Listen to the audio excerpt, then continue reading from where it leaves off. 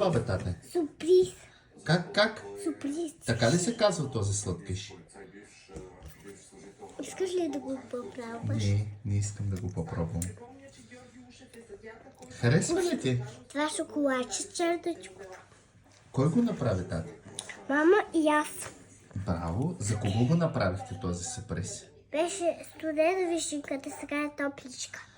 Аха, добре, супер. И тук има вишенка, топличка и... Тоест ти го направи, така ли? Да. И С ко- мама. И мама. И такова За това кого го крем. направихте този За теб е сюрприз. сюрприз? Да покажем тук. Че... Добре, хубаво.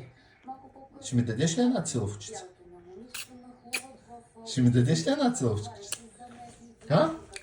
Напрежението ескалира, след като дядото вижда момчето, започва да размахва